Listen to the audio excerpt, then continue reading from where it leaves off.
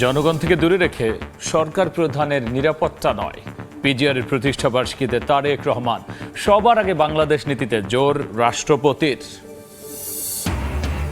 মানবতা বিরোধী অপরাধের অভিযোগে আওয়ামী লীগের বিরুদ্ধে তদন্ত চলমান, প্রমাণ পেলে সন্ত্রাস বিরোধী আইনে বিচার। শাপলা চত্বর মামলায় কাঠগড়ায় দাঁড়াতে হবে শেখ হাসিনাকে। রাখাইনে ফের সংঘাতের পেছনে নানা সমীকরণ, নিছক সামরিক নয়, সম্ভাব্য অর্থনৈতিক করিডোর ঘিরে ভূ রাজনীতির প্রভাব দেখছেন বিশ্লেষক।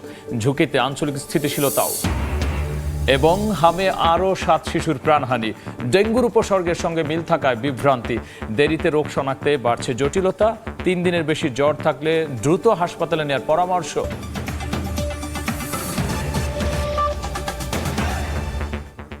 জনপদের সময়ের সঙ্গে আছি আমি গোলাম রাব্বি। পরিবর্তিত ভূ রাজনৈতিক বাস্তবতা, সাইবার যুদ্ধ সহ বহুমাত্রিক চ্যালেঞ্জ মোকাবেলায় সশস্ত্র বাহিনীকে করা হবে সময়োপযোগী। নিরাপত্তা কৌশল যেন সরকার প্রধানকে জনগণ থেকে দূরে ঠেলে না দেয়, খেয়াল রাখার নির্দেশনা দিয়েছেন প্রধানমন্ত্রী তারেক রহমান। পিজিআরের প্রতিষ্ঠাবার্ষিকীর আয়োজনে যোগ দিয়ে রাষ্ট্রপতি মোহাম্মদ শাহাবুদ্দিন বলেন, সশস্ত্র বাহিনী হবে চতুর্মাত্রিক। জোর দেন সবার আগে বাংলাদেশ নীতিতে।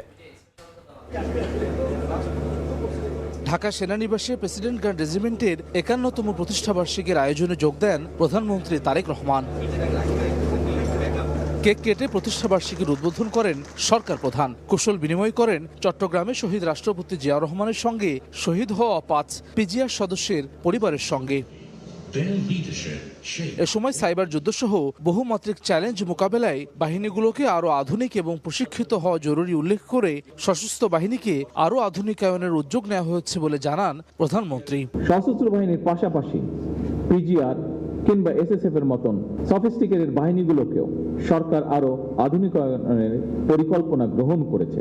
পিজিআর এর মতন বিশেষায়িত বাহিনীর সর্বোচ্চ সফলতার জন্য আধুনিক নিরাপত্তা কৌশল এবং প্রযুক্তিগত দক্ষতা অর্জনের পাশাপাশি প্রতি সদস্যের সাহস, সততা, বিশ্বস্ততা, সর্বোচ্চ পেশাদারিত্ব, নিয়মবর্তিতা এবং সর্বোপরি চেইন অফ কমান্ড অনুসরণ, এই বিষয়গুলো কঠোরভাবে মেনে চলা অপরিহার্য।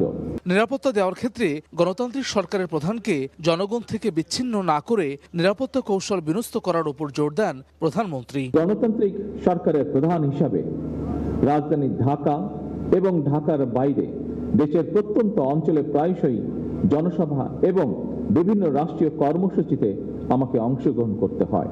নিরাপত্তা কৌশল এমনভাবে বিন্যাস করা জরুরি, জনগণ যাতে নিজেদেরকে সরকার প্রধান থেকে বিচ্ছিন্ন মনে না করেন। প্রধানমন্ত্রী বলেন, সশস্ত্র বাহিনী দেশপ্রেমে উদ্বুদ্ধ হয়ে পেশাদারিত্ব বজায় রাখলে দেশের স্বাধীনতা সার্বভৌমত্ব কখনো হুমকির মুখে পড়বে না। সশস্ত্র বাহিনী যদি দেশপ্রেমে উদ্বুদ্ধ হয়ে কঠোর নিয়মবর্তিতা অনুসরণ এবং পেশাদারিত্ব বজায় রাখেন, তাহলে দেশের সার্বভৌমত্ব আর কখনোই হুমকির সম্মুখীন হবে না বলে আমি বিশ্বাস করি, ইনশাআল্লাহ।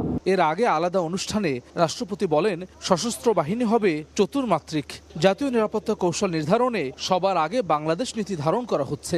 সরকার সশস্ত্র বাহিনীকে আধুনিক চতুর্মাত্রিক বাহিনী হিসাবে গড়ে তুলতে অঙ্গীকারবদ্ধ।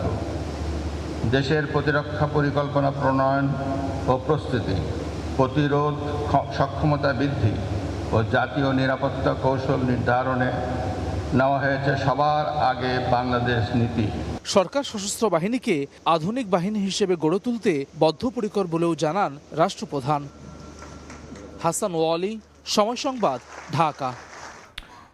সরকারি অনুষ্ঠানের ব্যানার, ফেস্টুনে প্রধানমন্ত্রীর ছবি ব্যবহারে নিষেধাজ্ঞা দিয়ে পরিপত্র জারি করেছে মন্ত্রী পরিষদ বিভাগ।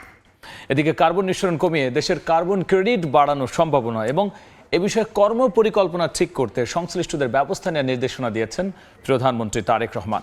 এ লক্ষ্যে সংশ্লিষ্ট মন্ত্রণালয় ও সংস্থাগুলোর মধ্যে সমন্বয় জোরদার করতে একটি কমিটি গঠনেরও নির্দেশ দিয়েছেন তিনি।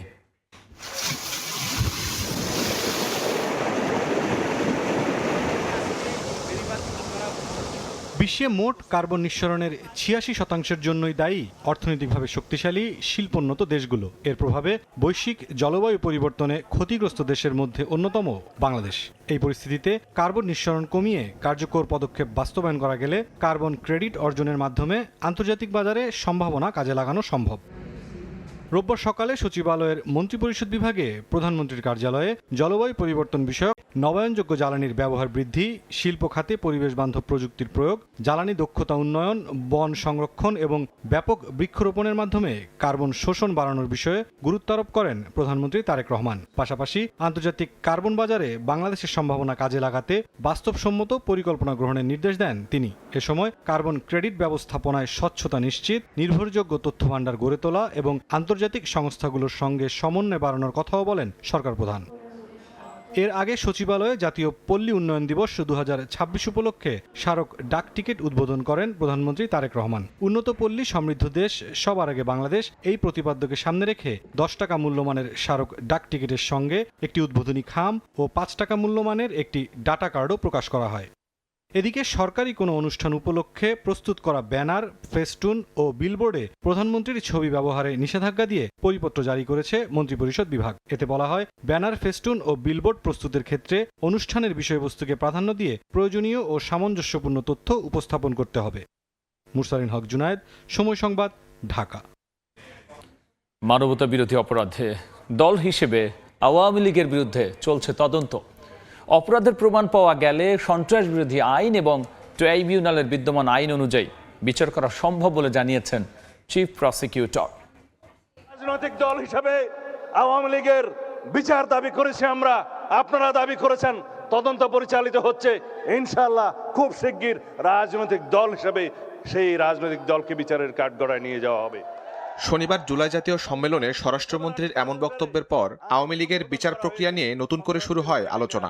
সংগঠন হিসেবে আওয়ামী লীগের রোববার এ বিষয়ে আন্তর্জাতিক অপরাধ ট্রাইব্যুনালের কার্যালয়ে চিফ প্রসিকিউটর জানান, দল হিসেবে আওয়ামী লীগের বিরুদ্ধে মানবতা বিরোধী অপরাধের প্রমাণ পাওয়া গেলে সন্ত্রাস বিরোধী আইনের সংশ্লিষ্ট ধারা এবং ট্রাইব্যুনালের বিদ্যমান আইনে বিচার করা সম্ভব। ইন্টারন্যাশনাল ক্রাইমস ট্রাইব্যুনাল অ্যাক্ট 1973 যেটা তারা প্রণয়ন করেছিল, সন্ত্রাস বিরোধী আইন 2009 যেটা তারা প্রণয়ন করেছিল, এই দুইটি আইনেই বাংলাদেশ আওয়ামী লীগ সরকার তারা প্রণয়ন করে রেখেছে এবং তাদের আইনেই এই জাতীয় অপরাধগুলোর বিচারের ব্যবস্থা আছে।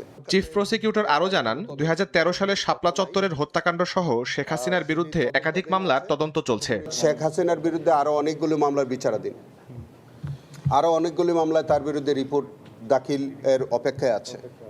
বিশেষ করে আমাদের হেফাজত সহ আরও অনেক, শাপলা চত্বর মামলা সহ অনেকগুলোতে তিনি বিচারের সম্মুখীন হতে পারেন। একটা মামলায় তার বিরুদ্ধে শাস্তি দেওয়া হয়েছে, তার উচিত তিনি বাংলাদেশে এসে এই বিষয়গুলো বিচার মোকাবেলা করেন। দলগত অপরাধ প্রমাণিত হলে আওয়ামী লীগের সভানেত্রী হিসেবেও শেখ হাসিনাকে বিচারের কাঠগড়ায় দাঁড়াতে হবে বলে জানান চিফ প্রসিকিউটর। নানান বিতর্কিত কর্মকাণ্ড আছে। শাহরিয়ার শমিক, সময় সংবাদ, ঢাকা। মিয়ানমারে নতুন করে সংঘাতে আতঙ্ক সীমান্তবাসী। নাফ নদীতে বন্ধ মাছ ধরা, বিপাকে কয়েক হাজার জেলে। এদিকে অনুপ্রবেশ ঠেকাতে সীমান্তে সতর্ক অবস্থানে রয়েছে বিজিবি আর কোস্টগার্ড। মিয়ানমারের নতুন করে সংঘাতের প্রভাব এবার নাফ নদীতেও। সীমান্তের এই জলসীমায় নেই মাছ ধরার ট্রলার। ওপারে গোলাগুলির আতঙ্কে থমকে গেছে এপারের জীবন জীবিকা। টেকনাফের নাইকংপাড়া সীমান্তে নাফ নদীর তীরে সারি সারি নোঙর করা ট্রলার ও নৌকা। জেলেরা বলছেন, মিয়ানমারের সংঘাতে তাদের একমাত্র আয়ের পথ বন্ধ করে দিয়েছে।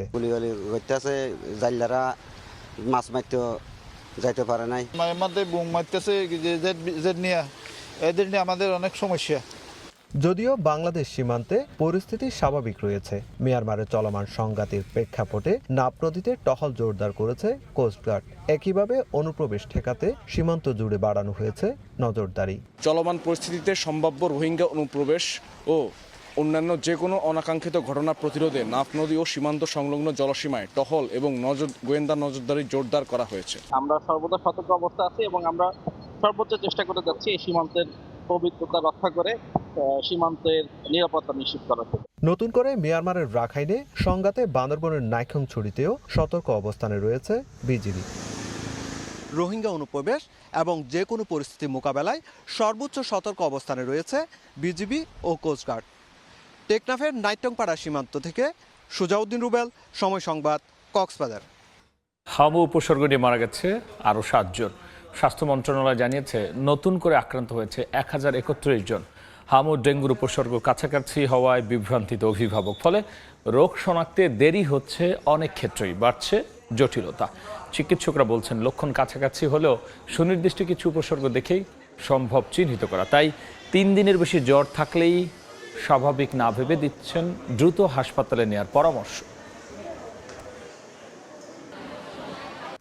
নতুন শিক্ষার্থীদের র্যাগিংয়ের অভিযোগে জাহাঙ্গীরনগর বিশ্ববিদ্যালয়ের 12 শিক্ষার্থীকে সাময়িকভাবে বহিষ্কার করা হয়েছে। শনিবার রাতে এক সংবাদ বিজ্ঞপ্তিতে তথ্য জানায় বিশ্ববিদ্যালয় প্রশাসন। গত 3 জুলাই রাতে ইতিহাস বিভাগের 54তম ব্যাচের কয়েকজন শিক্ষার্থী, একই বিভাগের 55তম ব্যাচের কয়েকজন নবীন শিক্ষার্থীকে র্যাগিংয়ের মাধ্যমে হয়রানি করে। খবর পেয়ে রাতেই প্রক্টোরিয়াল টিম ঘটনাস্থলে গিয়ে 12 জনকে আটক করে জিজ্ঞাসাবাদ করে। অভিযোগ প্রমাণ হওয়ায় অভিযুক্তদের সাময়িক বহিষ্কারের সিদ্ধান্ত নেওয়া হয়। এই ছিল আমার কাছে থাকা জনপদের সময়।